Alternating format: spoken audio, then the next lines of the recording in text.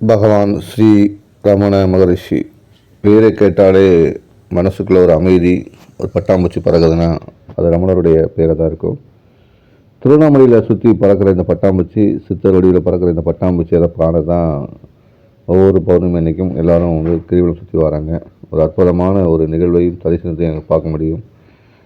திருவண்ணாமலை சுற்றி பல அதிசயங்கள் நிகழ்ந்திருக்கு, பல அற்புதங்கள்லாம் நிகழ்ந்திருக்கு. அதை எல்லாருமே தெரிஞ்சுக்கணும். கார்த்திகை மாதம் அருணாசலேஸ்வரருக்கு உகந்த ஒரு நாள், ரமண மகரிஷிக்கு உகந்த நாள்.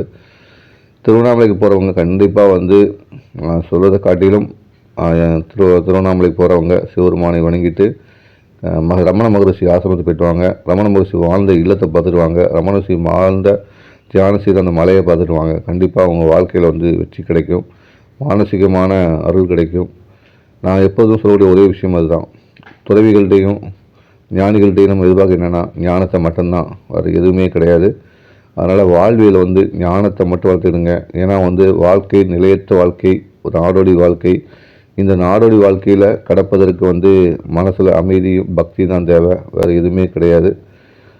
பணம் வாழ்வியலை இயக்குவதற்கு கருவி. கண்டிப்பாக அது வாழ்வியலை நகர்ந்துகிட்டே இருக்கும். அதை நோக்கி நம்ம சென்றாலும் முழு நேரமாக நம்ம இருக்க வேண்டியது ஒரு ஆன்மீக பாதை தான்.